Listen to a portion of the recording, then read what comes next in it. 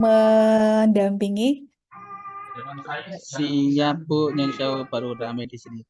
Bu Leni sudah saya jadikan host, monggo silahkan Bu. Oh, nggih, matur nuwun.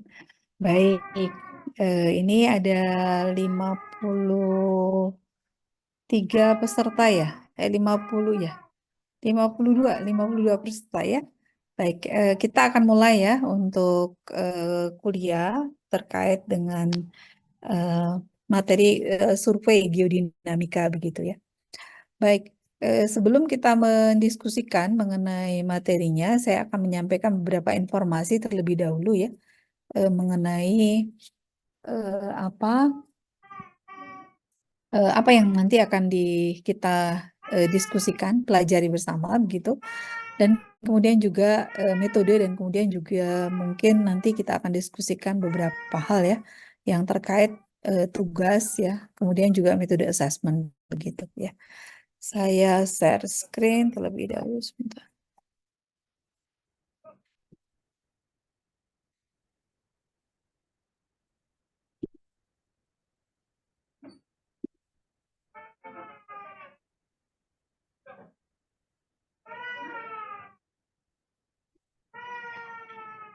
Ya, jadi saya juga biar stabil ininya. Baik. Nah, terkait dengan survei geodinamika ini ya, ini apa? eh, Sore ini kita akan mendiskusikan mengenai pengantar terlebih dahulu ya. Namun sebelumnya kita lihat seperti apa sebenarnya apa target capaian ya dari survei geodinamika itu dan kemudian nanti materi apa saja yang akan kita diskusikan, kemudian metode apa pembelajaran dan kemudian juga rencana asesmen begitu ya. Nah, pertama itu adalah terkait dengan target capaian ya. Jadi harapannya nanti adik-adik setelah selesai mengikuti perkuliahan ini begitu ya. Adik-adik pertama adalah karena sudah banyak ya mempelajari mengenai konsep matematik ya, integral, diferensial, kemudian fisika juga tentang gaya ya.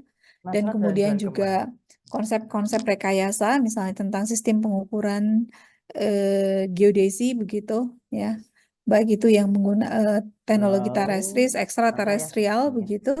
Nah, itu coba kita terapkan ya. Jadi apa yang sudah kita pelajari di berbagai mata kuliah itu yang kemudian nanti kita akan coba aplikasikan untuk kita melakukan studi atau kajian tentang dinamika dari bumi kita begitu ya. Kemudian setelah kita memahami konsep tersebut, tentu saja untuk kita mampu mengimplementasikannya, karena kita kemudian melakukan pengukuran-pengukuran ya pada dasarnya bidang geodesi nanti kita akan berbicara mengenai berbagai pengukuran yang kita lakukan untuk kemudian kita bisa melakukan kajian dinamika bumi. Maka dari hasil pengukuran itu ya asumsinya kita pelajari di mata kuliah lainnya tentu saja ya, tidak di sini. Kita akan kemudian mendiskusikan dan juga mempraktekkan beberapa pengolahan data apa karena kita berbicara mengenai geodinamika, maka dinamika bumi itu adalah apa dinamika seiring dengan perubahan waktu begitu ya. Oleh karena itu, maka kemudian kita akan mendiskusikan bagaimana pengolahan time series ya dari hasil pengukuran untuk kemudian kita bisa mengetahui tentang berapa dinamikanya. Dinamika dalam hari ini adalah baik itu perubahan koordinatan apa perubahan posisinya ya maupun juga laju ya perubahannya maupun juga energi yang kemudian menyebabkan terjadinya dinamika tersebut begitu ya. Kemudian dari hasil pengolahan itu harapannya tidak hanya mengolah, kita juga bisa melakukan analisis ya. Di antaranya adalah kemudian kita bisa melakukan ya pemodelan dan kemudian juga observasi tentang apa yang sebenarnya terjadi ya. Begitu. Kemudian harapannya dengan kita sudah mengetahui tadi ya konsepnya, pengolahannya dan kemudian analisisnya, maka kemudian nanti kita bisa mencoba di beberapa studi kasus begitu ya. Dan harapannya nanti adik-adik mampu kemudian mengidentifikasi dan mengaplikasikan ya mulai dari metode hitungannya, teknologi yang digunakan ya, teknologi geodesi yang digunakan, kemudian metode hitungan dan analisis yang digunakan ya untuk kemudian kita bisa mendeteksi dinamika dari bumi kita begitu ya. Dan kemudian terakhir nanti dengan berbagai studi kasus yang sudah kita pelajari, nanti kemudian adik-adik harapannya mampu merefleksikan mode geodinamika yang kemudian terjadi di sekitar kita begitu ya. Di Yogyakarta itu ada apa saja begitu ya, misalnya seperti dinamika bumi yang terjadi di sekitar Yogyakarta itu apa saja. Relatif lengkap ya di Jogja itu ya. Kemudian juga mungkin juga di wilayah sekitar asal usul dari adik-adik semua begitu ya. Kita juga bisa merefleksikannya dan kemudian apa yang harus kita lakukan ya. Karena dinamika itu kemudian memiliki implikasi, baik itu implikasi yang positif maupun juga implikasi yang negatif tentu saja ya. Artinya mengancam kelangsungan dari kehidupan kita begitu. Itu terkait dengan capaian pembelajarannya. Nah, untuk itu maka materi yang nanti kita akan diskusikan itu adalah pertama tentang konsep geodinamika dan implikasinya begitu ya. Kemudian juga berikutnya kita akan mulai melihat bagaimana geodinamika itu ya. Jadi dua yang akan kita lihat, pertama adalah metrik ya. Jadi dari ukuran-ukuran ukuran-ukuran jarak gitu ya, berdasarkan jarak koordinat ya. Maka kemudian kita bisa melihat bagaimana dinamika bumi secara geometrik ya. Dalam hal ini pergeseran, percepatan ya, kemudian stress dan strain ya. Kemudian hal yang lain adalah juga bisa melihat tidak hanya geometrik tetapi juga geodinamika itu adalah dari sisi fisiknya ya. Jadi kalau terkait dengan fisik maka itu biasanya terkait dengan bagaimana distribusi dan redistribusi massa bumi begitu ya. Mungkin kalau adik melihat ya di salah satu KBK di geodesi itu adalah geodesi KBK geodesi geometri dan geodesis begitu ya. Nah, ini sama-sama terkait dengan bagaimana mempelajari bentuk dan ukuran bumi termasuk dinamikanya begitu secara geometrik maupun secara fisik ya. Itu dan kemudian nah, untuk itu maka kemudian kita bisa melihatnya bisa dengan dari sisi misalnya kita melihat mendiskusikan mengenai pergerakan lempeng ya, plate motion begitu. Kemudian juga nah, plate motion ini yang kita mengetahui adalah secara struktur di bumi kita tuh ada lempeng-lempeng utama yang itu biasa bergerak begitu ya. Nah, dalam kecepatan yang relatif konstan lah begitu ya. Tetapi atau di dalamnya atau pada ya lempeng juga terdapat juga lempeng-lempeng atau dinamika lokal ya. Ada sesar lokal yang kemudian yang biasanya mempengaruhi ya terhadap pergerakan atau dinamika di regional atau lokal begitu ya. Nah, oleh karena itu maka kemudian nanti kita bisa melihat juga bagaimana perbedaan antara dinamika yang bersifat global, pergerakan antar lempeng, dan kemudian juga dinamika yang bersifat lokal, ya, yaitu yang kemudian nanti kita juga akan diskusikan mengenai Ellerpool gitu ya. Kemudian selain dinamika lempeng ini ya, kita juga artinya bumi fisik kita gitu, kita juga akan melihat bagaimana pengaruhnya ya terkait dengan pasang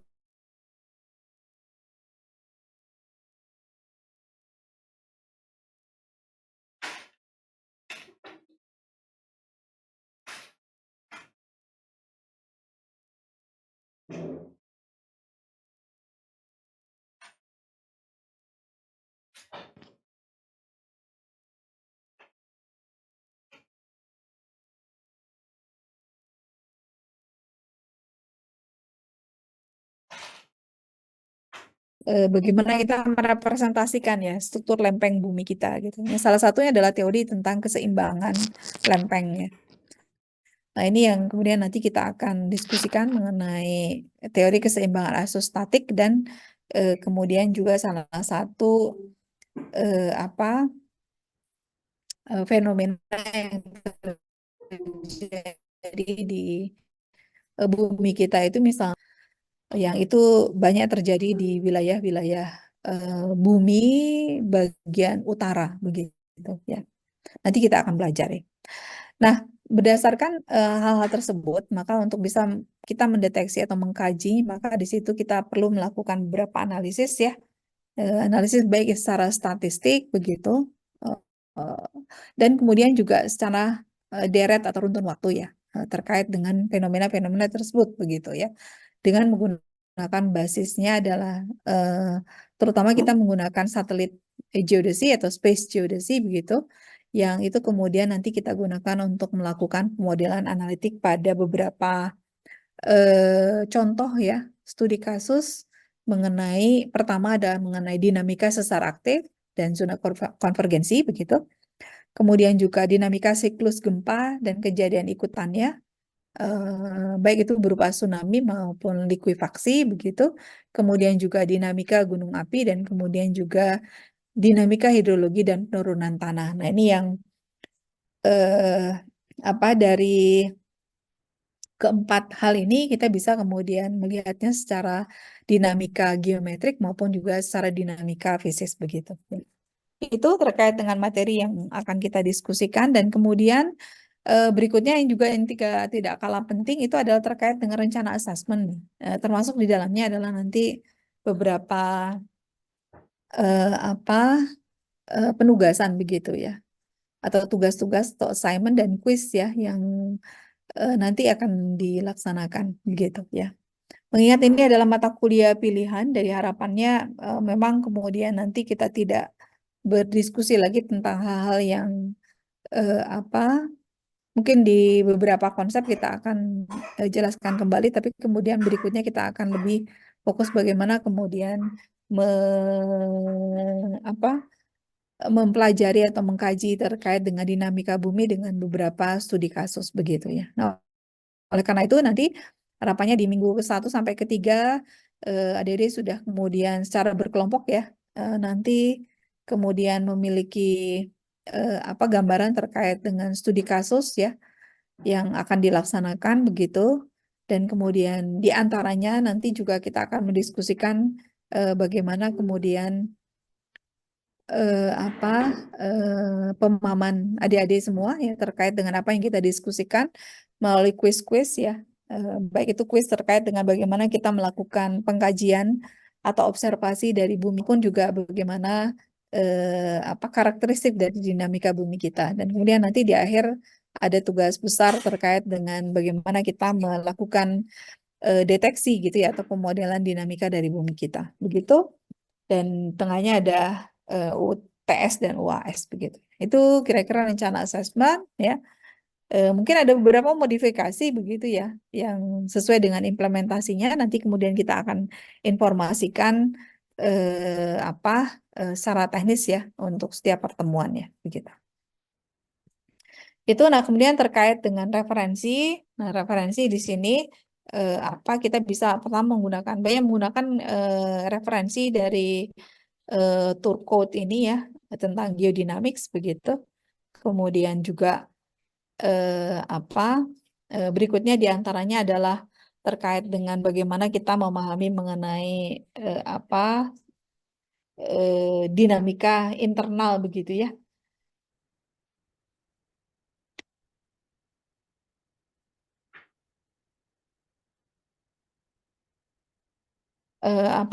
Dinamika internal daripada bumi kita. Nanti kita akan melihat di Introduction to Global Geophysics gitu. Kemudian bagaimana aplikasi satelit geodesi begitu ya untuk geodinamika kita. Ada remote sensing and applied geophysics.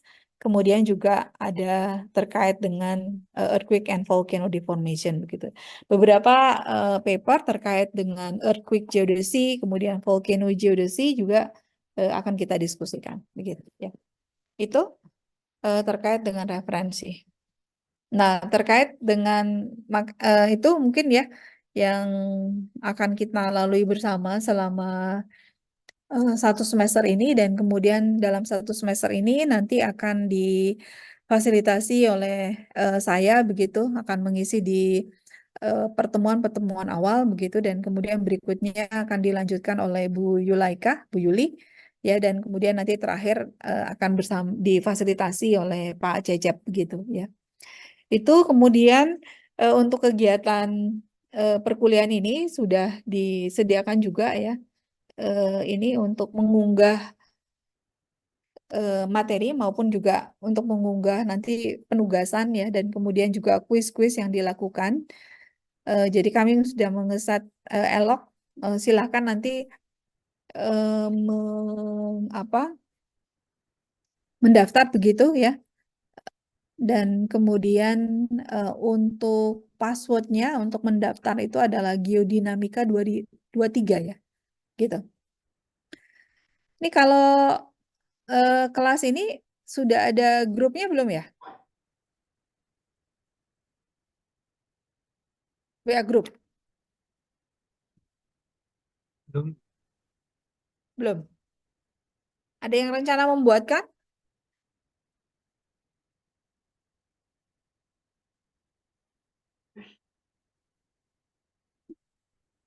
Ada yang kira-kira rencana akan membuatkan? Ini grupnya.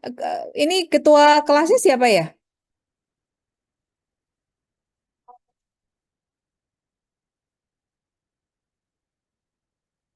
Mungkin bisa ditunjuk. Ini mau nunjuk siapa ini ketuanya? Kira-kira ada yang usul? Siapa ketua kelasnya?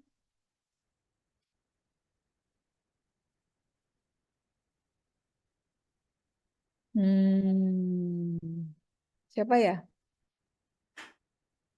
Siapa yang biasanya?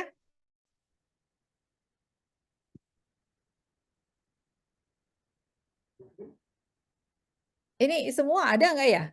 Semua ada bersama saya nggak atau sedang di tempat yang lain?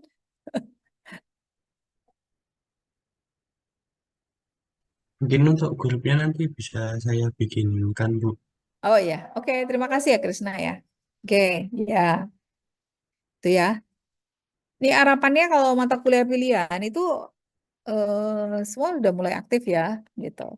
Ini karena ini angkatan 2000 berapa nih? 20 ya, banyak ya. 2020, 2021 ya. 2021 ya. Nah, ini sebentar lagi begitu banyak yang harus dilakukan. Jadi ya harapannya nanti bisa aktif ya. Gitu. Baik, nanti Krisna tolong dibuatkan untuk grupnya. Kemudian tolong saya di-invite ya, Pak Cecep dan Bu Yuli juga begitu ke dalam grupnya. Dan kemudian nanti saya sampaikan beberapa informasi begitu ya. Itu saya kira. Sebentar, ini Adzan sebentar dulu ya.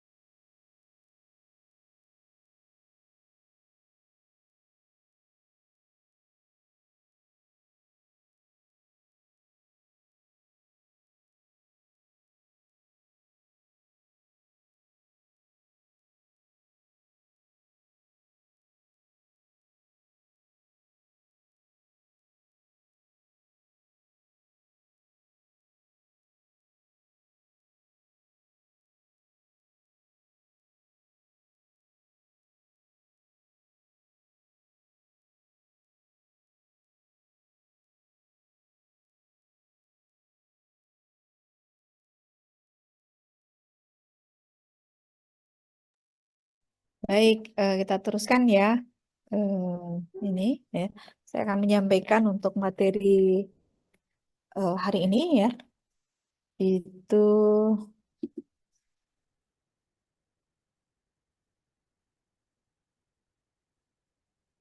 ya, ini yang tidak bisa nanti di grup ya menyampaikan. Yang tidak bisa absen siapa nih? Syahdan. Ya.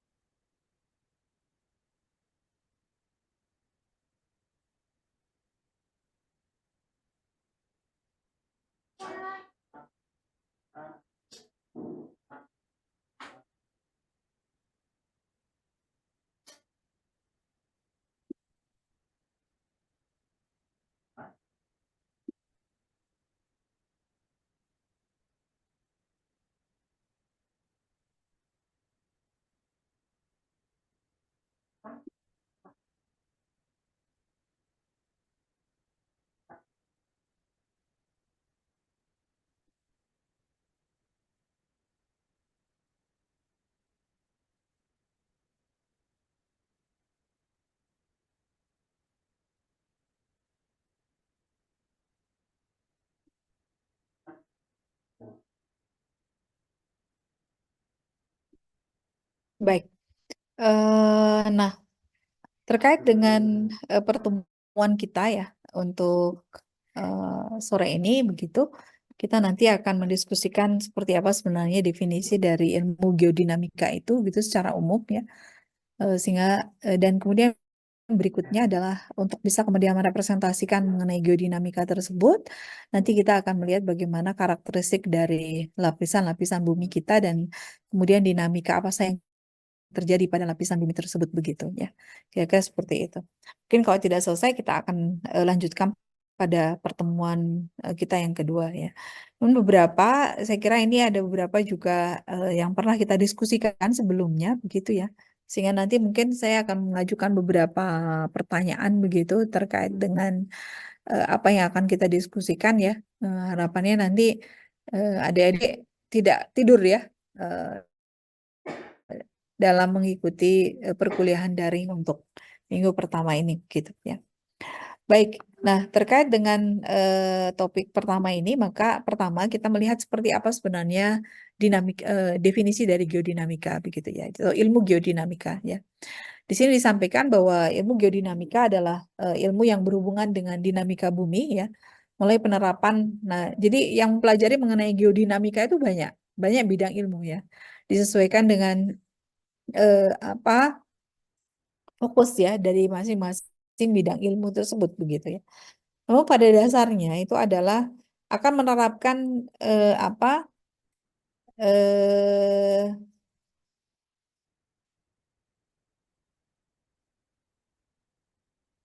oh ya sebentar ya.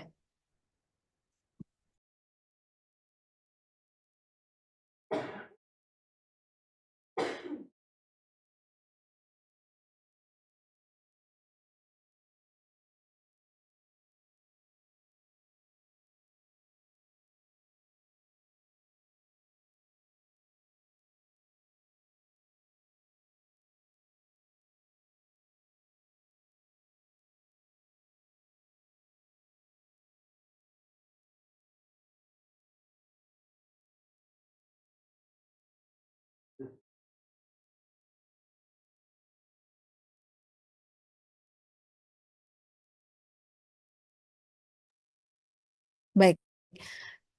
Nah, di sini mengaplikasikan ilmu-ilmu dasar ya, sesuai dengan fokus bidang ilmunya, yaitu ilmu fisika, kimia, maupun matematika untuk memahami berbagai dinamika dari bumi ini, ya, mulai dari konveksi lempeng yang mengarah pada lempeng tektonik, maupun fenomena dinamika bumi lainnya, seperti misalnya penyebaran dasar laut, ya, pembangunan gunung, gitu, dan kemudian kejadian gunung berapi, kejadian gempa, kemudian sesar ya, dan tsunami dan lain sebagainya begitu ya. Nah, untuk kemudian kita bisa memahami mengenai dinamika dari bumi itu, maka kemudian beberapa ilmu terkait dengan mempelajari hal-hal dinamika dari bumi itu, maka kemudian kita dapat berupa mulai dari pengukurannya, ya, pengolahan datanya, pemodelannya, ya, dan kemudian penafsiran atas konfigurasi dan pergerakan dari dinamika dari bumi itu, ya, baik itu dinamika di permukaan, ya, kemudian komponen dari keraknya, mantelnya maupun juga dari inti bumi, begitu, ya. Itu, nah kemudian terkait dengan survei geodinamika itu sendiri, kalau tadi adalah geodinamika secara umum ya, maka terkait dengan survei geodinamika yang akan kita pelajari itu adalah di sini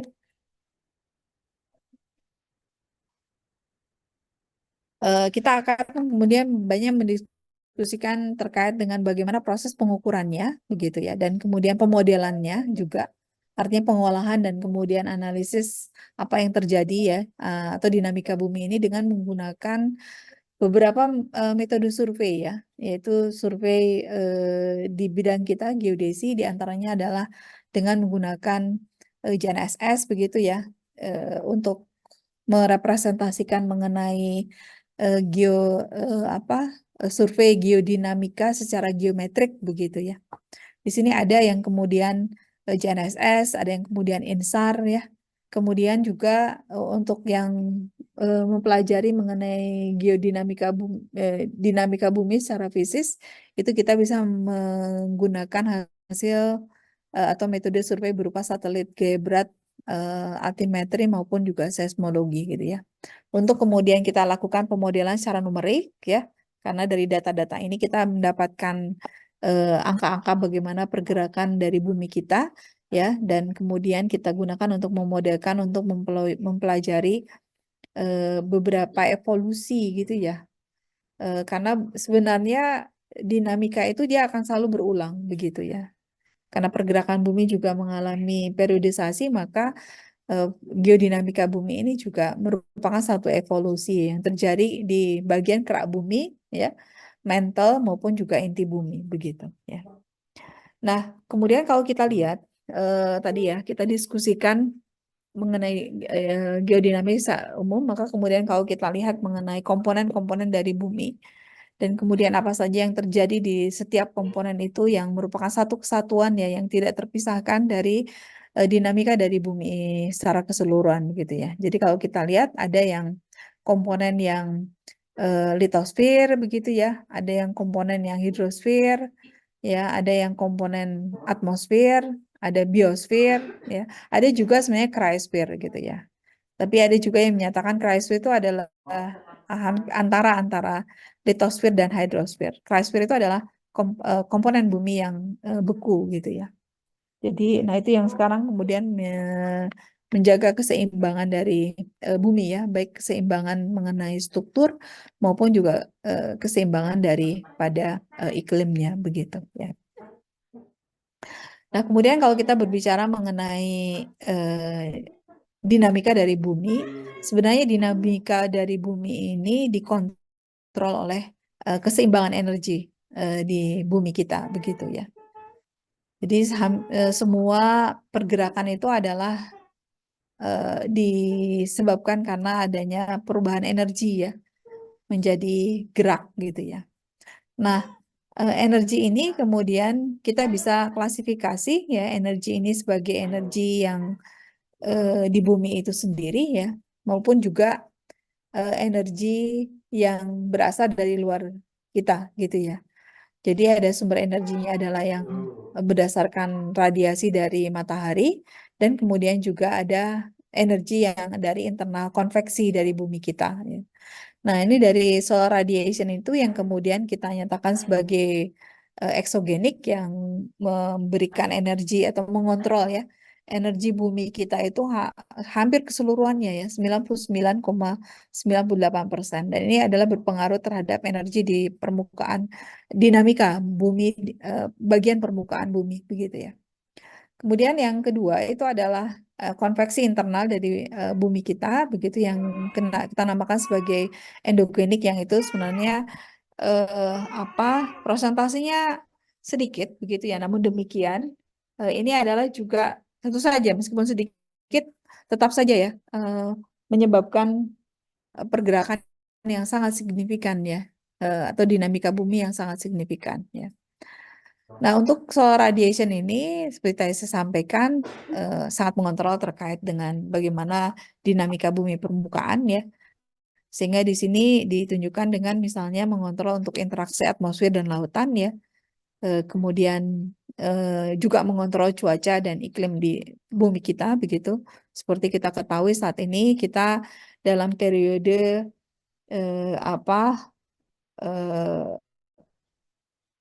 pemanasan global begitu ya, global warming, yang itu kemudian menyebabkan adanya perubahan cuaca ya, perubahan iklim dan cuaca di bumi kita begitu ya.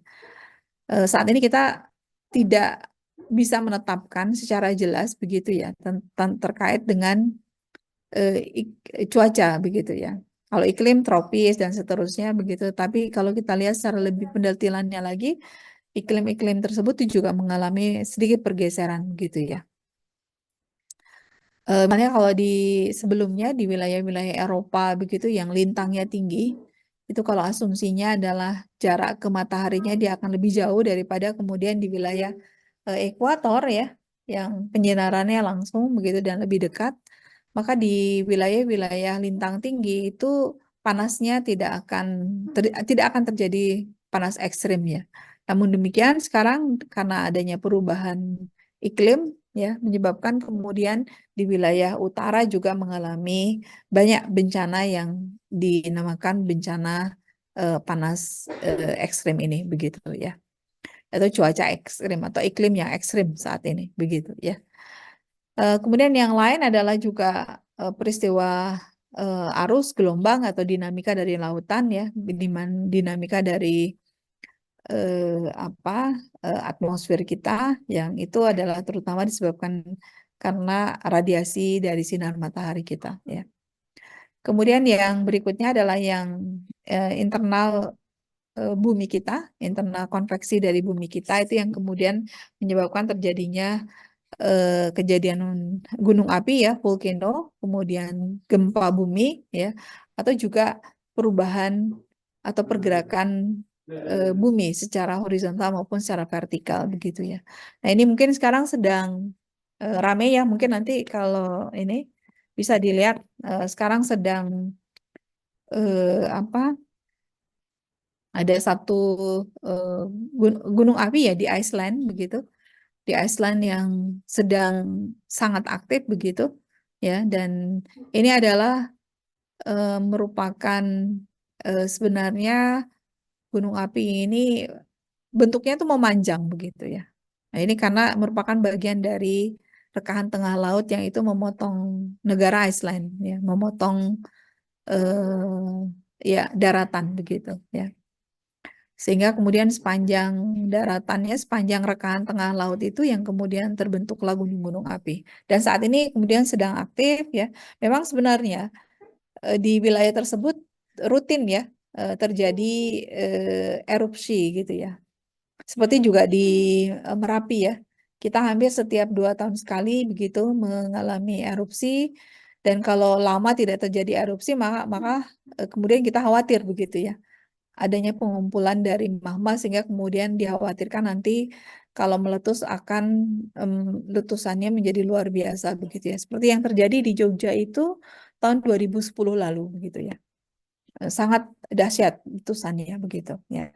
Nah, ini di Iceland saat ini sedang terjadi, dan kemudian itu lavanya ya, laharnya begitu sudah kemudian merambah sampai ke kota terdekat, dan kemudian juga sekarang yang menjadi concern tuh dari berita itu adalah sudah mendekati salah satu objek wisata yang paling terkenal di Iceland, namanya Blue Lagoon gitu ya. Jadi ada danau pemandian warnanya biru airnya ya, dan itu adalah air geotermal ya dari dari sebagai implikasi dari kejadian volcano itu ya. Itu. Kemudian terkait dengan earthquake, saya kira kita di Indonesia sudah sangat terbiasa begitu ya terkait dengan kejadian ini, maka kemudian kita tentu saja perlu mengetahuinya secara lebih jelas fenomena earthquake ini dan kemudian bagaimana penanganannya atau mitigasinya, karena kita mengetahui implikasinya luar biasa ya dalam kehidupan kita begitu ya. Kemudian di sini yang horizontal, vertikal, earth beam lainnya yang itu bisa kita lihat misalnya arus konveksi dan lain sebagainya yang kemudian menyebabkan juga terjadinya dinamika dari bumi kita. Ya. Nah, kalau kita lihat secara struktur begitu atau klasifikasi dari lapisan bumi kita ya secara begitu. Jadi kita kemudian memiliki yang bagian ini kita namakan sebagai kerak bumi begitu ya. Lapisan ya yang keras ini. Kemudian berikutnya sebenarnya secara umum lapisan di bumi kita itu dibagi 3 ya. Jadi yang paling itu adalah kita namakan sebagai kerak bumi, kemudian yang bagian tengahnya ini ya, bagian tengah itu yang kemudian kita namakan sebagai mantel begitu ya. Ini bagian ini adalah bagian mantel dan kemudian yang ini itu adalah kita namakan sebagai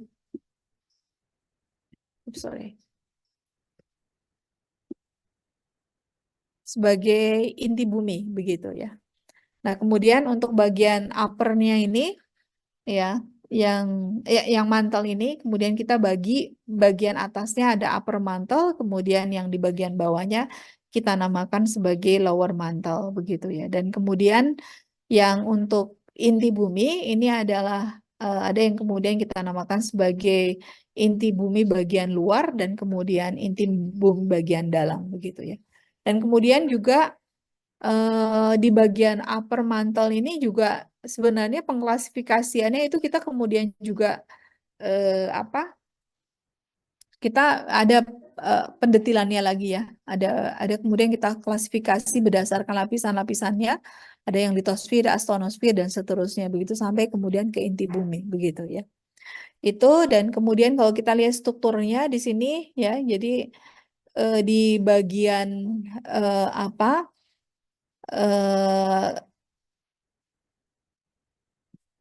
lempeng bumi ini ya, kerak bumi ini adalah batuan yang rigid begitu ya. Kemudian di bawahnya ya di bagian upper mantle ini juga kerak bumi begitu yang dia sedikit soft tapi densitasnya sangat tinggi begitu ya. Dan kemudian di yang bagian lower ini dia lebih cair juga ya. Tetapi densitasnya juga tinggi begitu dan kemudian semakin ke dalam itu adalah densitasnya dia menjadi semakin plus begitu ya. Semakin tinggi ya.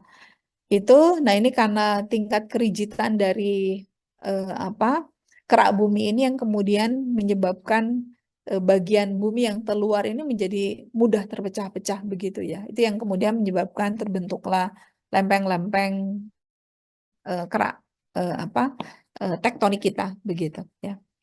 Itu dan kemudian nah dari pembagian lapisan bumi tersebut begitu dan kemudian juga dikontrol oleh adanya energi baik itu endogen maupun eksogen maka terjadilah dinamika dari bumi kita begitu.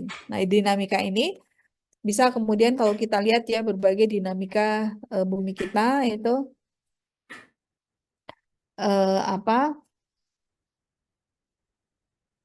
kalau kita lihat di sini ya untuk di permukaan ya, misalnya di sini untuk di lapisan ini ice ya di komponen bumi bagian bumi yang beku itu atau cryosphere maka saat ini terjadi dinamika bumi seperti es mencair begitu itu yang kemudian menyebabkan beberapa implikasinya ya misalnya seperti kondisi bumi kita yang semakin panas begitu satu sisi ya karena es ini juga menstabilkan suhu bumi begitu kemudian di sisi yang lain juga kemudian menyebabkan kenaikan muka air laut ya sehingga kemudian banyak kota-kota yang sekarang posisinya sudah berada di bawah ketinggian muka laut rata-rata ya. Contohnya misalnya di Jakarta ya. Jadi posisi Jakarta itu mengapa kemudian kalau seperti saat ini ya musim hujan begitu ya. Nah, disertai dengan kemudian pasang tinggi ya. Artinya pada saat pasang purnama begitu karena gaya tarik bulannya sehingga menyebabkan dia pasang tinggi itu yang menyebabkan kemudian kejadian banjir itu menjadi banjir yang sangat tinggi begitu ya. Dan kemudian menyebabkan seperti Jakarta contohnya dia tidak bisa kemudian kering kalau tanpa dipompa airnya ya. Jadi ada di beberapa daerah di apa di Jakarta memang kemudian airnya harus dikeluarkan karena apa? Karena posisi dari air daratan itu ya atau permukaan darat itu adalah lebih rendah dari muka laut yang ada ya di sekitarnya begitu ya.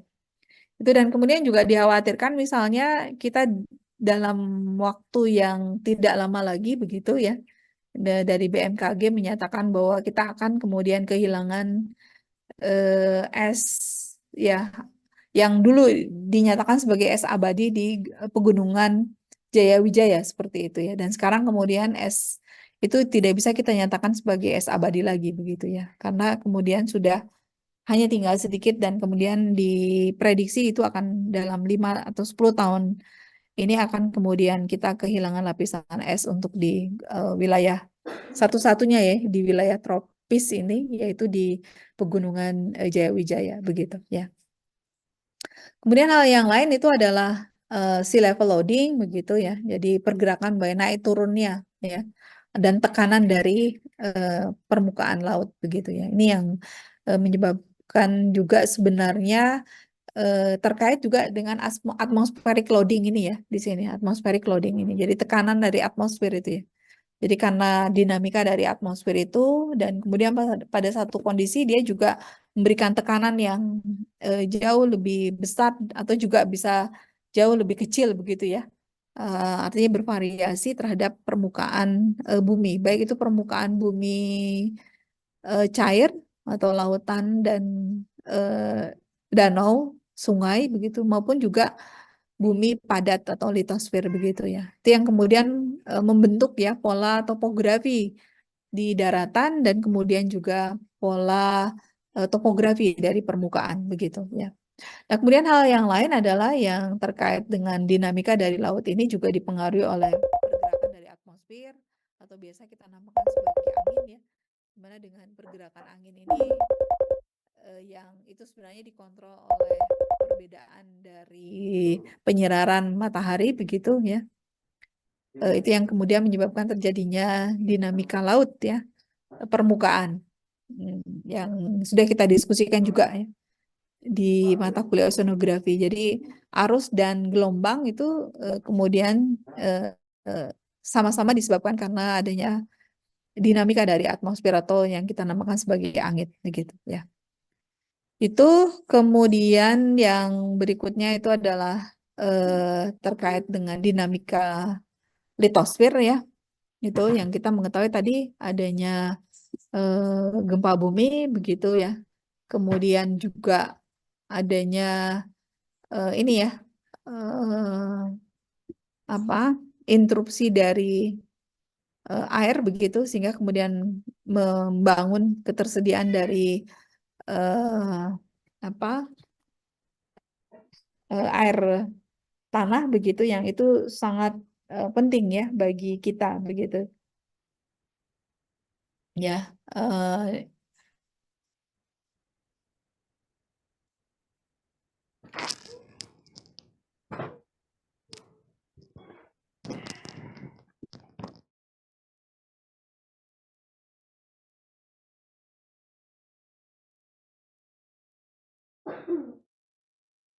Nah, mungkin kalau kita lihat ya di sini beberapa hal terkait dengan dinamika dari bumi kita itu tentu saja kita perlu kemudian menyatakannya ya untuk mempelajarinya agar kemudian kita bisa melakukan mitigasi dan kemudian kita meminimalisasi ya dampak negatifnya dan kemudian mengoptimalkan dampak positifnya begitu ya. Ayo.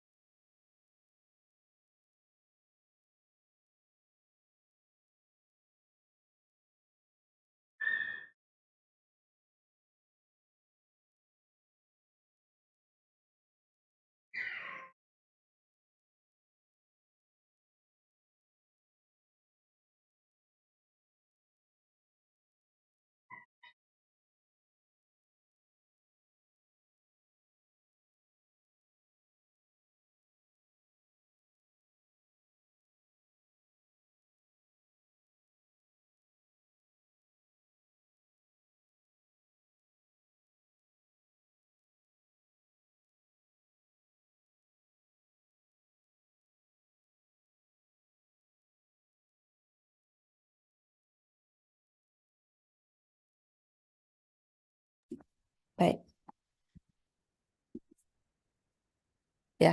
Nah, kemudian terkait dengan kondisi dinamika itu ya, kemudian kita bisa melihat bagaimana spektrum waktu dan ruangnya begitu ya. Karena kita di bidang geodesi, maka kemudian kita mengaitkannya dengan ruang dan waktu begitu ya. Nah, eh,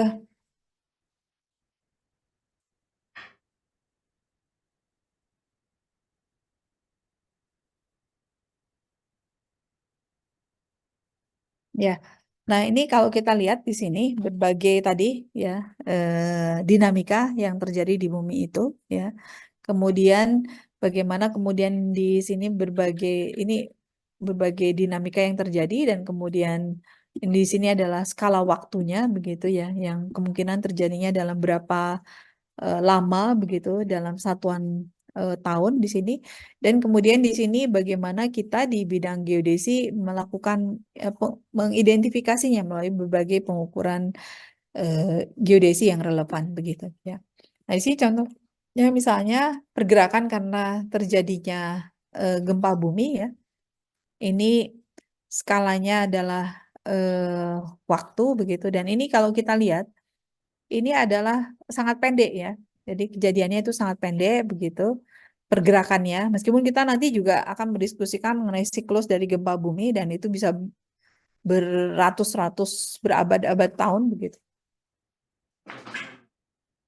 Ya. Namun demikian kalau kita lihat di sini bahwa kejadian koseismiknya atau kejadian gempanya itu adalah hanya dalam periode sangat pendek begitu. Jadi kalau kita lihat di sini periode waktunya ya. Jadi dalam tahun 10 pangkat minus 3 gitu ya. Jadi menit, detik gitu ya. Kemudian berikutnya itu adalah pasang surut ya. Nah, di sini pasang surut ini atau juga meteorologi tadi ya, atmospheric loading tadi, itu adalah satu kondisi yang kemudian kita bisa nyatakan sebagai dalam skala waktu tahunan begitu ya. Jadi dinamika siklusnya ya, dinamikanya begitu.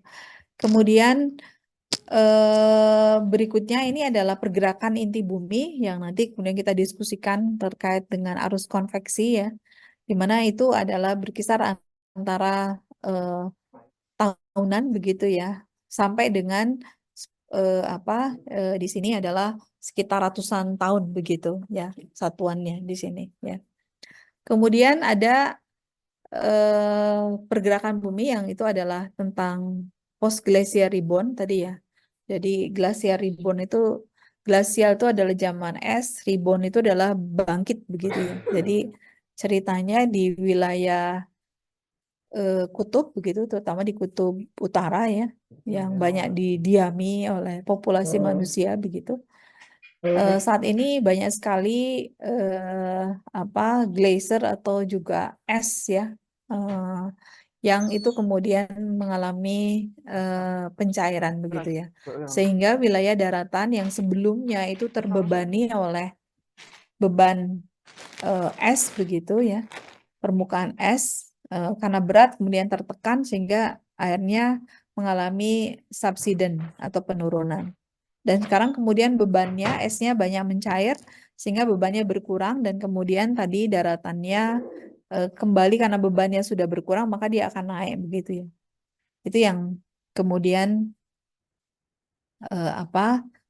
rebound itu, bangkit, bangun. Jadi banyak sekali wilayah-wilayah di bagian sekitar ya seperti Norway ya, kemudian Finlandia, Swedia itu yang kemudian mengalami uplift ya. Kalau di kita seperti di Jakarta, Semarang itu ya di wilayah Sumatera, Jawa bagian utara itu banyak kemudian mengalami land subsidence, penurunan muka tanah. Sedangkan kalau di wilayah-wilayah tadi di negara-negara di kutub utara itu mengalami kenaikan muka tanah ya, karena adanya fenomena post glacial rebound ini, yang itu bisa kemudian tadi ya berlangsung dalam waktu eh, apa ribuan bahkan puluhan ribu tahun begitu ya.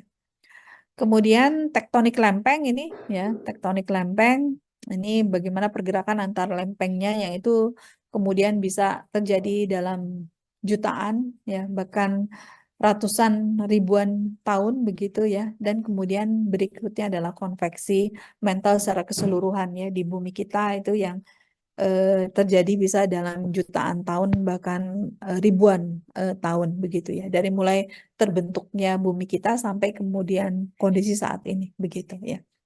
Nah kemudian untuk kita bisa melakukan observasi atau pengukuran ya untuk setiap fenomena dinamika dari bumi itu, maka kemudian kita bisa menggunakan berbagai metode geodetik yang relevan begitu. Ini diantaranya misalnya untuk untuk gempa bumi ini itu yang kemudian kita bisa melakukan dengan baik itu dengan menggunakan secara metrik ya, geometrik maupun secara fisik begitu ya. Di antaranya kita bisa kemudian kalau di kita ini ditambahkan ya instrumen regangan. Nah, ini regangan itu adalah kita biasa sekarang kita gunakan ya kalau teknologi geodesi itu adalah dengan menggunakan GNSS ya, Global Satellite System Navigation System begitu ya.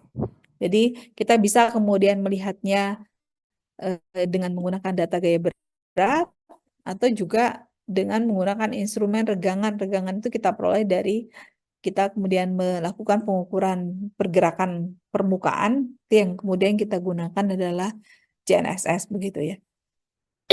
Teknologinya, tapi yang kita ukurnya itu adalah regangan ini ya. Sedangkan untuk yang pasang surut ya dan kemudian meteorologi loading ini kita kemudian bisa melakukan yang diukurnya itu adalah bagaimana fenomena rotasi dari bumi kita ya. Karena rotasi ini nanti rotasi bumi inilah yang kemudian berpengaruh terhadap kondisi pasang surut di bumi kita. Jadi kita akan melihat variasinya pasang surut itu dari bagaimana kita melakukan juga pengukuran dari rotasi bumi dan kemudian pengamatan pasang surut baik regional maupun global begitu ya. Itu dan kemudian untuk melakukan pengukuran rotasi bumi ini ya, maka kita biasa kemudian sekarang melakukan menggunakan teknologi ekstraterestrial penuh ya, dan kemudian menggunakan ekstraterestrial selain yang satelit geodesi yang mengorbit rendah begitu, kita juga menggunakan yang satelit yang observasi yang tinggi begitu ya. Di antaranya adalah misalnya menggunakan teknologi VLBI, Very Long Baseline, yang itu mengacu kepada bintang-bintang ya penentuannya untuk memastikan bagaimana kita bisa mendefinisikan pergerakan bumi kita yang sangat dinamis ini terhadap sesuatu yang kita anggap sebagai diam atau statik karena dia posisinya sangat jauh dari bumi kita. Itu yang kemudian kita definisikan, kita tetapkan berdasarkan acuan dari bintang kuarsa yang sangat jauh begitu ya. Sedangkan untuk pengamatan pasang surut, kita bisa menggunakan baik itu teknologi terestris ya, namun kalau terestris ini bersifat lokal begitu, sangat teliti namun bersifat lokal. Dengan misalnya contohnya kita di Indonesia ya sebagai negara kepulauan yang itu memiliki panjang garis pantai hampir 80.000 kilometer, maka pengukuran secara lokal itu sangat sulit untuk merepresentasikan mengenai pasang surut di Indonesia begitu, apalagi di global ya. Oleh karena itu maka digunakan teknologi ekstraterestrial yang salah satunya adalah kita menggunakan satelit altimeter ya untuk kemudian kita bisa merepresentasikan mengenai pasang surut regional maupun global ini. Ya. Kemudian yang tentang gerakan inti bumi, nah ini untuk gerakan inti bumi yang kita lakukan itu adalah dengan kita melakukan pengukuran rotasi bumi begitu ya. Eh, apa dengan tadi berbagai metode ya yang kita gunakan karena sebenarnya kita juga terutama untuk mempelajari mengenai gerakan inti bumi ini maka kita tidak memiliki satu alat observasi untuk melakukan pengukuran langsung ke inti bumi kita. Yang kita lakukan adalah bagaimana pengaruhnya ya inti bumi itu terhadap pergerakan dari bumi kita. Itu yang salah satu pergerakannya adalah terkait dengan rotasi bumi kita. Di situ kita berbicara mengenai bagaimana medan magnet bumi ya, yang itu juga berpengaruh terhadap sistem rotasi bumi dan itu terkait dengan bagaimana gerakan dari inti bumi itu ya. Itu kemudian terkait dengan post glacial rebound, kita di sini menggunakan beberapa metode ya, bisa kemudian dengan menggunakan secara geometrik dengan menggunakan pengukuran hasil pengukuran periode panjang dari GNSS begitu, atau juga kita bisa melihat bagaimana untuk secara gerakan vertikalnya begitu ya.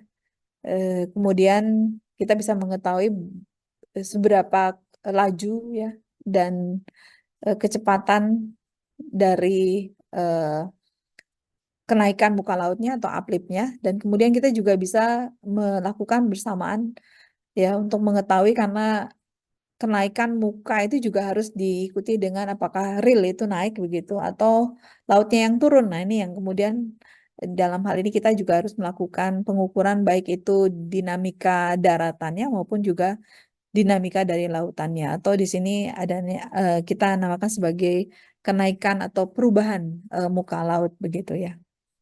Itu kemudian berikutnya tentang tektonik lempeng. Nah ini tektonik lempeng ya, kini kita juga tambahkan di sini tidak hanya tentang global gebra, tetapi kita juga di sini tambahkan terkait dengan satelit navigasi ya, GNSS di sini.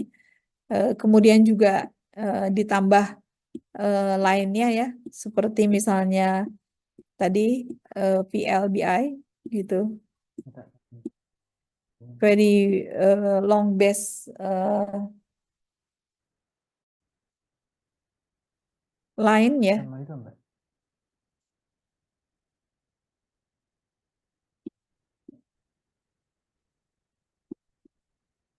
Ya, itu dan kemudian misalnya juga menggunakan satelit laser ranging, SLR ya, satelit laser ranging. Aduh, maaf ini pennya saya ini ya. Nah ini di mana dengan menggunakan berbagai metode pengukuran geodesi ini, maka kemudian kita bisa mendeteksi mengenai pergerakan lempeng ya itu ya. Jadi kita kemudian sudah bisa mengetahui bahwa bumi ini terbagi dalam beberapa lempeng utama dan kemudian juga ada lempeng yang sifatnya regional lokal yang itu kemudian saling bergerak antar lempeng tersebut sehingga kita bisa kemudian mendefinisikan baik itu pergerakan lempeng secara absolut maupun juga secara relatif ya antar lempeng tersebut begitu ya. gitu. Kemudian, nah ini tadi yang saya sampaikan ya, untuk kemudian kita bisa mempelajari ini semua ya dengan unit atau objek yang kita ukur, maka kemudian kita menggunakan satelit geodesi ya. Nah, satelit geodesi ini kita bagi dalam 5 level begitu ya. Jadi level pertama ini adalah satelit yang berada di bumi kita, di permukaan bumi kita. Ini lebih adalah sebagai stasiunnya ya, sebagai stasiun penerimanya begitu ya. Jadi di sini stasiun penerima maupun stasiun kontrolnya.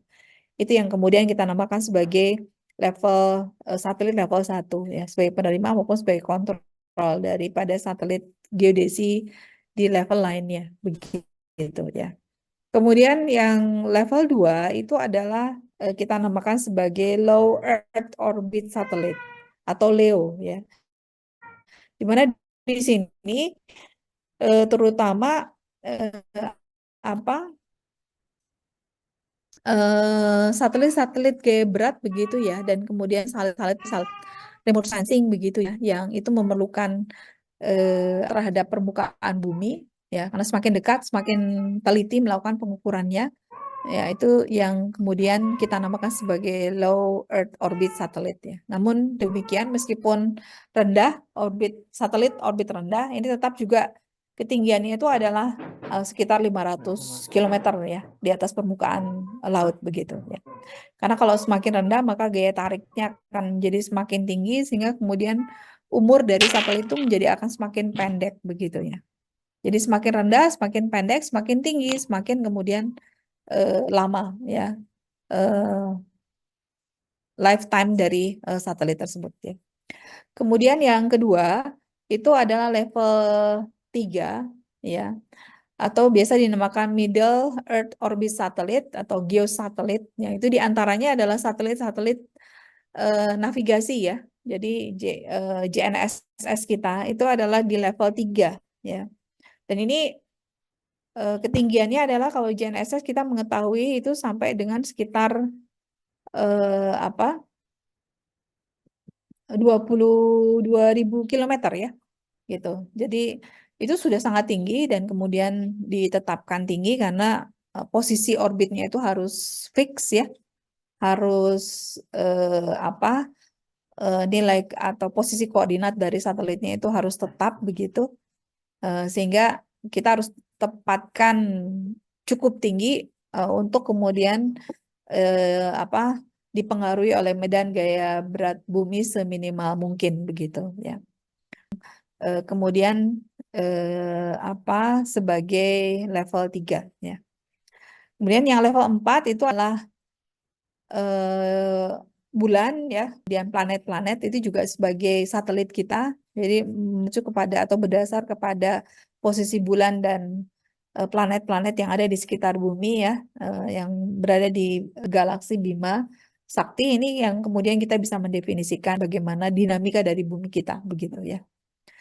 Karena kalau kita kemudian mendefinisikan hanya berdasarkan titik-titik yang ada di bumi saja begitu atau dekat dengan bumi, maka kemudian kita akan sulit untuk mendefinisikan dinamika bumi secara absolut begitu ya.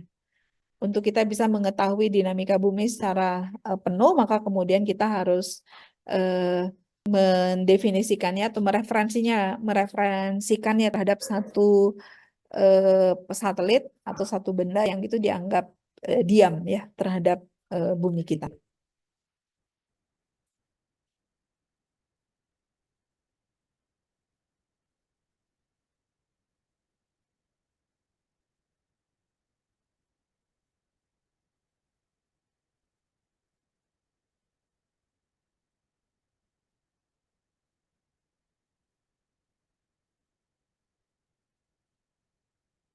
Kemudian satelit geodesi yang paling tinggi atau level 5 itu adalah yang kemudian kita namakan sebagai satelit berbentuk bintang atau kuarsa ya.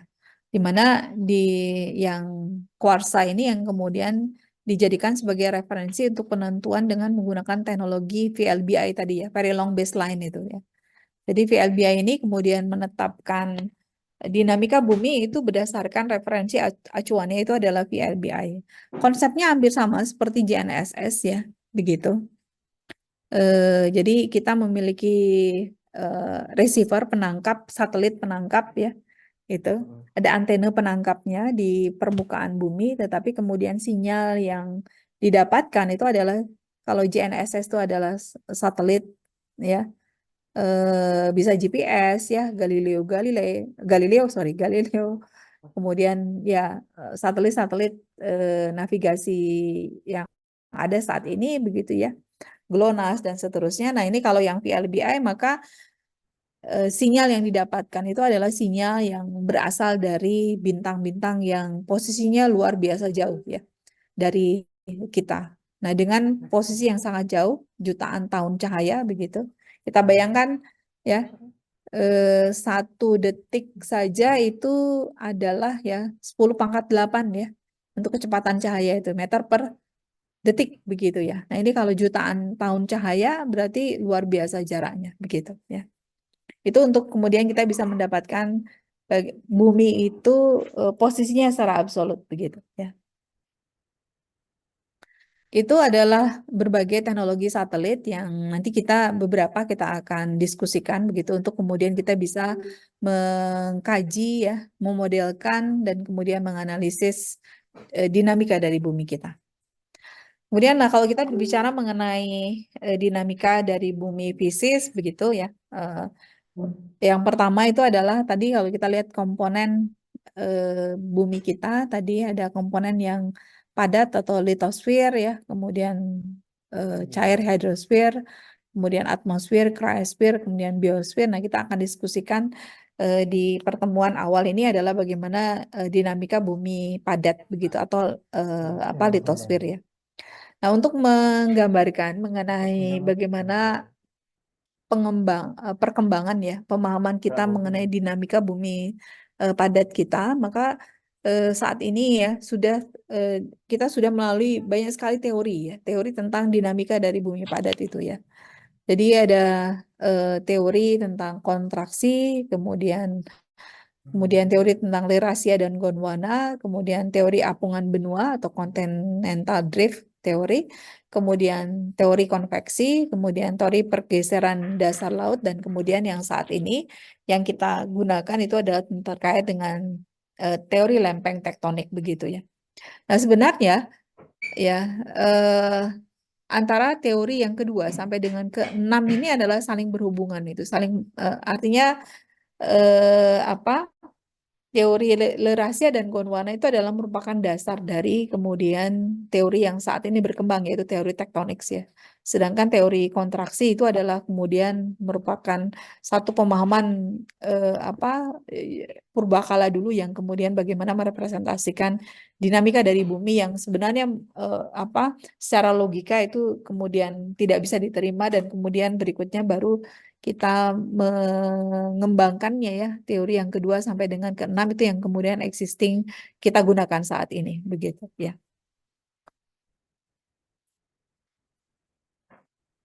Dan kemudian nah ini kalau kita lihat terkait dengan teori kontraksi ini, jadi dianggap bahwa kerak bumi kita ya saat ini yang tempat kita tinggal itu mengalami pengerutan begitu ya, karena terjadinya pendinginan di bagian bumi akibat konduksi yang panas, ada perubahan panas ini. Demikian di sini ya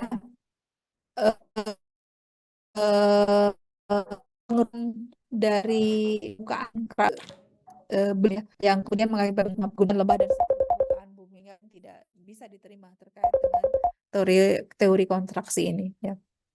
Nah, berikutnya kemudian dinyatakan ya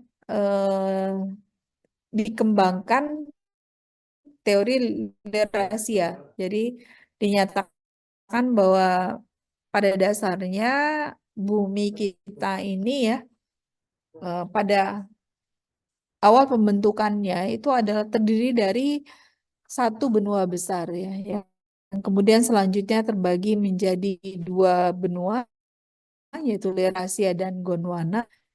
Itu kemudian apa secara logika itu bisa diterima begitu. Namun demikian kelemahannya adalah belum diketahui mengapa kok bisa terjadi tadi ya pecahan-pecahan dari benua-benua tersebut begitu. Nah, itu yang kemudian menjadi bahan pemikiran untuk kemudian apa dikaji lagi lebih lanjut dan kemudian berkembanglah apa teori yang ketiga. Nah, ini kira-kira bagaimana sejarah ya perkembangan dari apa dari bumi kita begitu berdasarkan teori dari Lerasia dan Gondwana begitu ya. Jadi pertama itu dari merupakan satu benua besar begitu dan kemudian terbagi dua ya dan kemudian berikutnya terpecah-pecah sehingga kemudian terbentuklah kondisi ya struktur bumi yang saat ini yang terdiri dari 5 benua dan seterusnya begitu ya.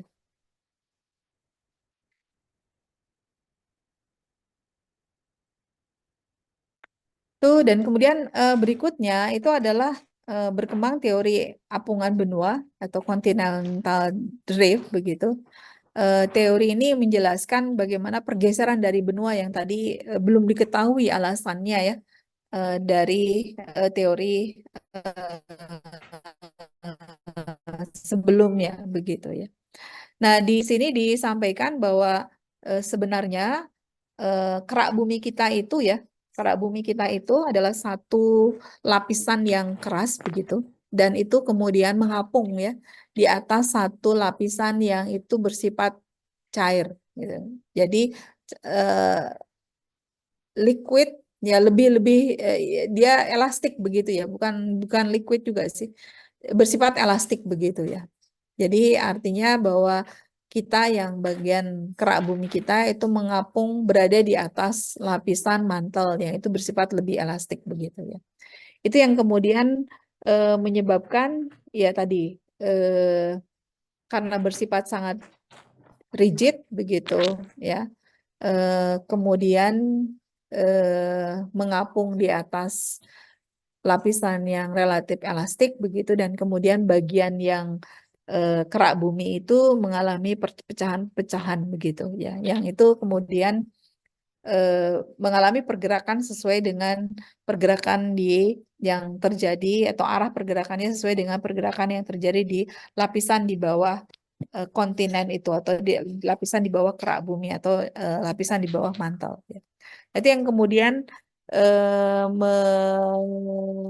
dipahami ya dan kemudian disepakati dan teori apungan benua ini juga kemudian diperkuat dengan berbagai fakta di lapangan yang itu menunjukkan bagaimana kesamaan garis pantai ya yang tadinya tadi merupakan satu kesatuan dan kemudian terpisah ya itu yang kemudian ditunjukkan dengan kesamaan garis pantai misalnya di Amerika Selatan dengan Afrika ya yang sebelumnya itu adalah merupakan satu kesatuan begitu ya.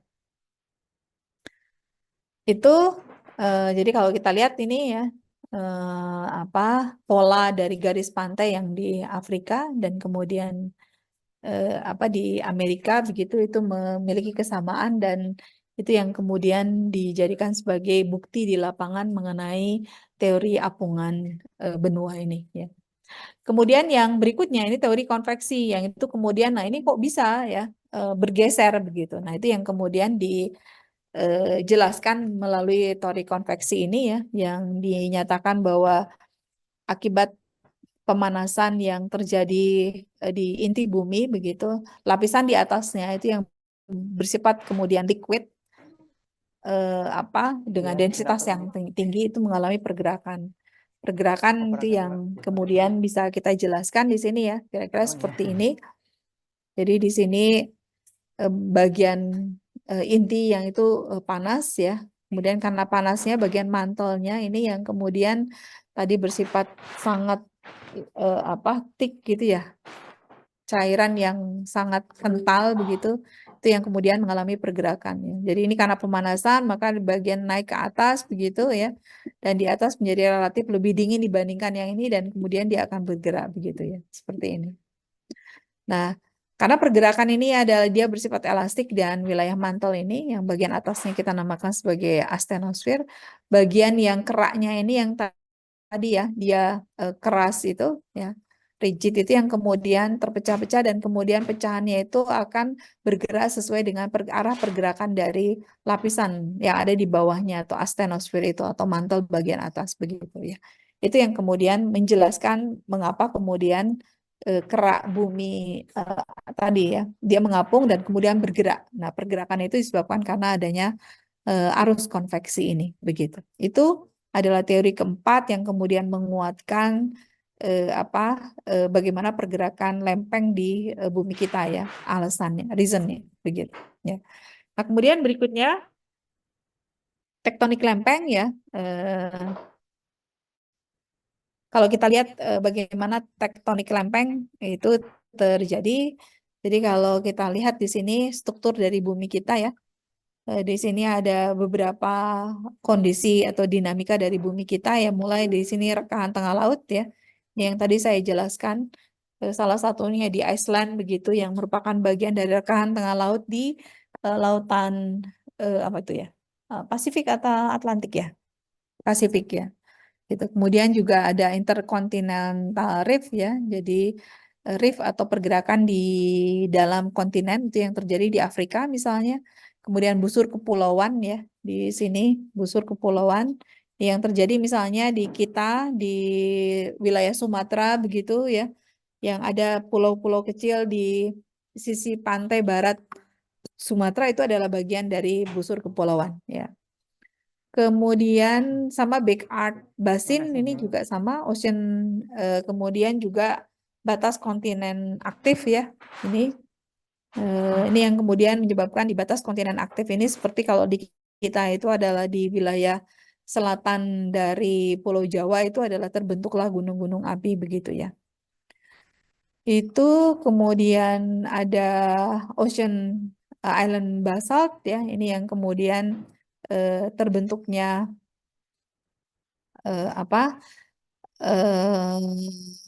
pulau-pulau ya di tengah samudra begitu karena dorongan magma dari dalam begitu yang sehingga kemudian dia mengalami dorongan dan kemudian terbentuklah di sini pulau-pulau begitu ya.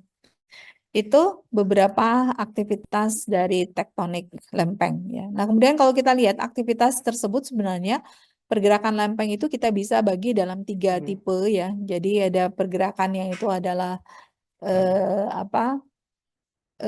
geser begitu ya. Jadi lempeng yang itu pergerakannya adalah geser, kemudian ada yang saling menjauh begitu ya. Kemudian ada juga yang kemudian saling mendekat begitu ya. Jadi ada yang divergen ya di sini yang saling menjauh. Contohnya adalah di rekahan tengah laut sini dia saling menjauh begitu dan kemudian berikutnya adalah saling mendekat ya. Ini adalah divergen begitu di batas benua begitu antara lempeng lautan dan lempeng daratan dan kemudian juga ada yang transform gitu ya atau geser gitu ya. Ini banyak terjadi di beberapa tempat yang itu baik di lempeng lautan maupun juga di lempeng daratan ya. Itu yang kemudian biasa terjadi sesar-sesar lokal ya yang transform ini yang terjadi antar di perbatasan antar baik itu sesar yang saling menjauh maupun juga yang baik itu divergen maupun juga konvergen begitu ya. Nah, ini batas zona lempeng tektonik kita di Indonesia begitu ya. Jadi pada dasarnya Indonesia kita bagi 2 begitu sangat terlihat jelas begitu ya di sini ya. Pada dasarnya kita merupakan bagian lempeng yang di sisi barat itu adalah bagian dari lempeng benua Eurasia atau bersama dengan Asia dan itu juga ditunjukkan dengan banyak kesamaan ini ya, kesamaan flora dan fauna begitu ya antara kita di Indonesia dengan yang di sisi barat dengan kemudian di Asia ya. Misalnya gajah, harimau dan seterusnya begitu ya. Nah, kemudian di sisi timur yang Irian Jaya, Maluku dan seterusnya itu adalah masuk ke dalam benua kontinen ini ya. Australia begitu. Sehingga kita juga bisa melihat bagaimana di situ kesamaan flora fauna antara Papua dengan Australia ya. Itu yang kemudian merupakan bukti bagaimana tadi ya terjadinya lempeng tektonik tersebut begitu ya. Nah, kemudian tadi yang divergen tadi yang saya sampaikan ya, yang saat ini sedang aktif. Jadi di sini sebenarnya ini di lautan Atlantik begitu ya. Ya, itu yang kemudian rekahan tengah laut ini yang kemudian memotong persis di Iceland ini ya. Sehingga Iceland ini menjadi terbagi dua dan kemudian senantiasa mengalami tadi divergensi begitu dan kemudian di tengah-tengahnya ini karena merupakan lapisan yang menjadi paling tipis ya dibandingkan dengan wilayah yang lainnya sehingga kemudian memudahkan untuk ini ya keluarnya magma gitu ya. Nah, ini yang kemudian di Iceland kira-kira kondisinya seperti ini ya. Jadi ini kalau di dalam lautannya dan ini adalah kalau di Iceland ya. Jadi rekahan tengah laut yang itu terjadi di daratan begitu ya. Jadi di sini sepanjang garis ini ya sepanjang garis ini adalah gunung-gunung api ya. Yang kalau kita lihat sekarang misalnya erupsinya itu adalah sepanjang garis ini ya gitu. Itu dan kemudian yang keenam itu adalah plate tektonik ya. Jadi dari berbagai teori tadi konsep yang kemudian kita ketahui ya, maka kemudian kita bisa mendapatkan gambaran yang lebih jelas terkait dengan bagaimana pergerakan atau dinamika dari litosfer kita itu yang kemudian kita namakan sebagai teori plate tektonik bahwa sebenarnya bumi kita itu terdiri dari lempeng-lempeng yang itu kemudian terpecah-pecah begitu yang disebabkan karena tadi ya adanya gaya konveksi ya di lapisan mantel begitu yang kemudian menyebabkan perpecahan di lapisan kerak bumi kita ya yang rigid begitu ya kaku ya sehingga kemudian terbentuklah berbagai lempeng yang terpisah-pisah dan kemudian saling bergerak satu sama lain baik secara konvergen maupun divergen maupun secara transform gitu ya. Itu dan kemudian kalau kita lihat gambarkan ya plate tektonik ini dengan menggunakan salah satu metode kita yaitu dengan menggunakan GNSS ya. Maka kemudian kita bisa mengetahui bagaimana pergerakan dari lempeng ini ya. Jadi bagaimana pergerakannya baik itu arah kecepatannya maupun percepatannya maupun kita juga bisa mengetahui di zona mana yang itu terjadi stres dan kemudian di mana yang kemudian terjadinya strain begitu ya. Nah, di sini dengan menggunakan data pengukuran geometrik ya dengan menggunakan teknologi satelit GNSS kita bisa kemudian menentukan arah laju pergerakan dari lempeng-lempeng tersebut begitu ya. Jadi kalau kita lihat di sini bagaimana ini yang terjadi putaran seperti ini ya. Dan di sini juga kita bisa melihat ya di wilayah Indonesia kita di sini bisa melihat bahwa ini juga mengalami putaran ya. Kalau kita lihat di sini arahnya ya seperti ini. Ini juga mengalami putaran, ini juga mengalami putaran. Jadi satu waktu maka kemudian semua akan bertumbuk ya di wilayah di sini ya, di Lautan Pasifik begitu ya. Namun di demikian kalau kita lihat sebenarnya Pasifik juga itu ya kemudian bergerak. Jadi bertolak belakang dengan Eurasia dan Australia begitu ya. Jadi Australia dari bawah ke atas ya.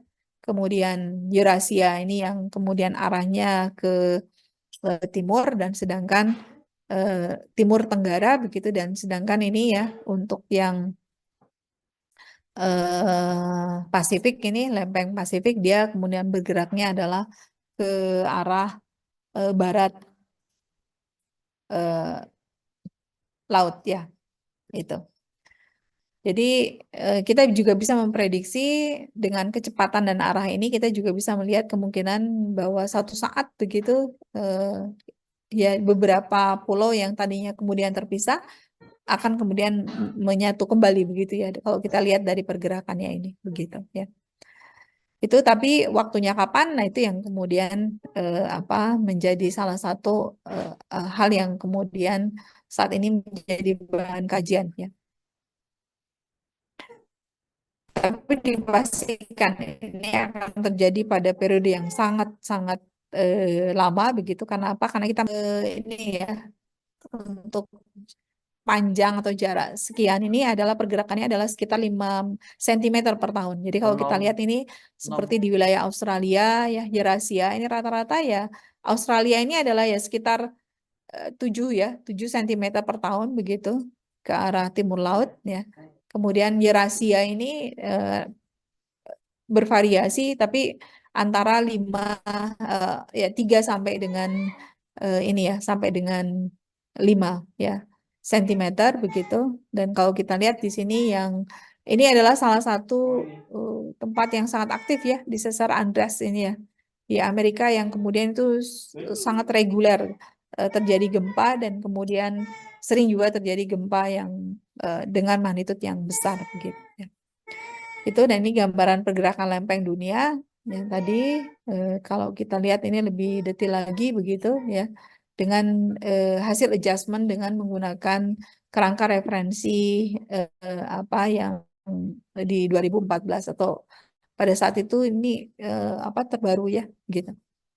Itu sebagai pengantar ya dari diskusi kita yang akan kita kemudian lanjutkan untuk kemudian kita bisa memahami ya terkait dengan bagaimana bidang ilmu kita geodesi begitu bisa kemudian kita aplikasikan untuk melakukan kajian atau analisis dinamika dari bumi ya. Dimana kita saat ini mengetahui ada namanya earthquake geodesy, volcano geodesy, bahkan kemudian ada untuk atmosfer itu ya, karena saat ini adalah bencana hidrometeorologi itu luar biasa seiring dengan perubahan iklim yang sangat yang terjadi saat ini begitu, maka kemudian kita juga ada namanya satelit geodesy and meteorology begitu ya sekarang. Jadi misalnya GNSS sekarang tidak hanya digunakan untuk menetapkan tadi ya posisi, kemudian kita mengetahui arah dan pergerakan stress dan strain dari lempeng bumi kita ya. Ini digunakan juga kemudian untuk memodelkan ya terkait dengan kondisi atmosfer kita begitu ya. Karena kita mengetahui bahwa gelombang elektromagnetik ya dari satelit GNSS yang ada di tadi ketinggian 22.000 km itu dan kemudian selama merambat ya sampai dengan receiver yang ada di permukaan bumi dia akan melewati seluruh lapisan dari atmosfer.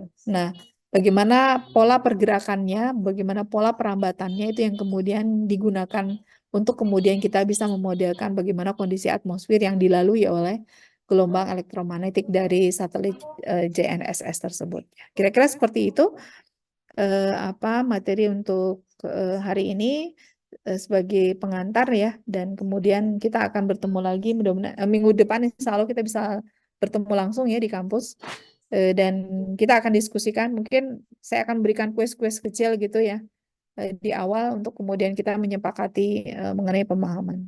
Ya. Itu mungkin ada pertanyaan sampai di sini. Saya persilakan. Biasanya nggak ada ya? Baik. Kalau tidak ada, saya kira cukup untuk pertemuan kita. Saya tutup. Assalamualaikum warahmatullahi wabarakatuh. Ya, sampai ketemu minggu depan. Terima kasih, Bu. Terima kasih, Bu. Terima kasih. Ya.